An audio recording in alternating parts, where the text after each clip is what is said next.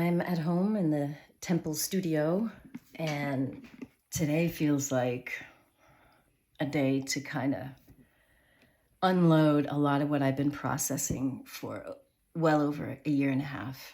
I've been feeling this spark lately, like something inside me said, it's time to speak, it's time to show, to share, and not just the polished version, but the real human one. And that's not new to me. I really entered into this world of sharing my life publicly with a documentary series that I shot right after I left Discovery Channel. So I'll tell you more about that. But I feel like it's time for me to share a series that includes the behind the scenes of becoming what I call an artivist. That's what I'm accepting. I'm an artist, I'm an activist, and I'm also a spiritual channel. And I want this to be an open source roadmap, like something you can watch and say, oh, that's how she did it. Maybe I could do something like that. It's not about me being the hero. I'm not saying I have all of the answers, but it is about us stepping up into our callings in this wild ass world we're living in.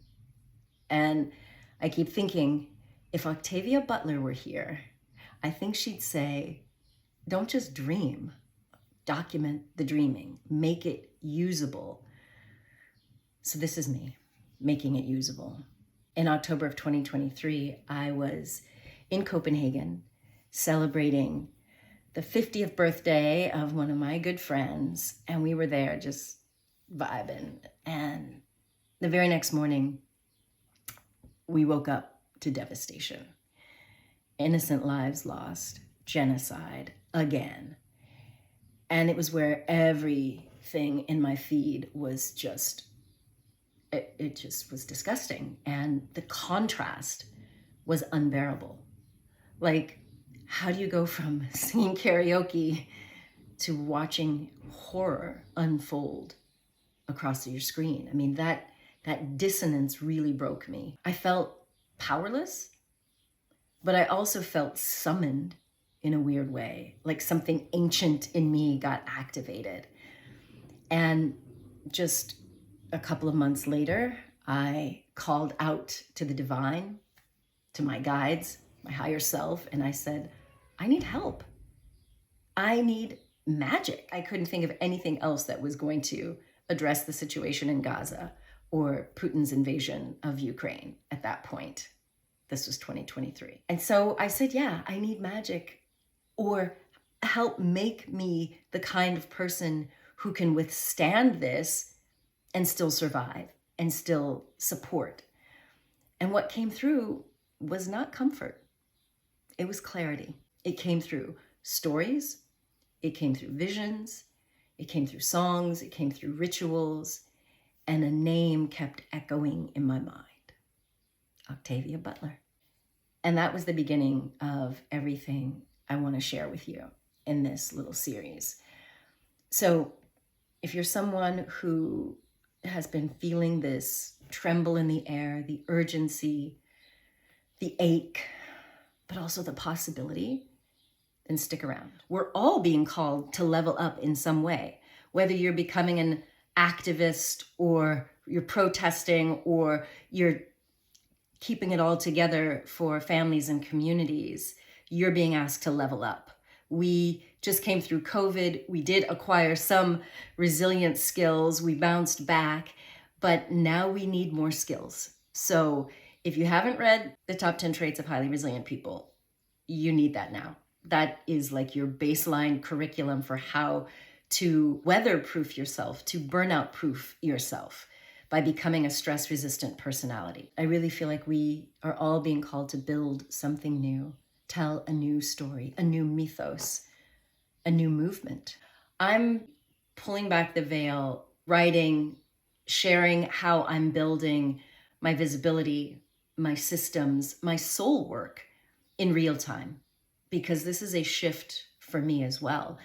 And so I'm going to create this little behind the scenes look at, well, not just the content strategy or the offers, but soul strategy. How do we respond when the soul is calling? We're all going through this dark night of the ego. We're all in different phases. I've come through that falling into the dark abyss, the burning away of identities and beliefs in the crucible.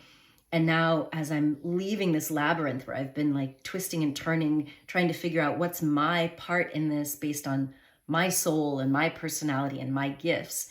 And now I've got that glimmer of light that we see in phase 4 of the dark night to dawn, where the soul leads and you have this light that you're being pulled toward, and eventually the emergence.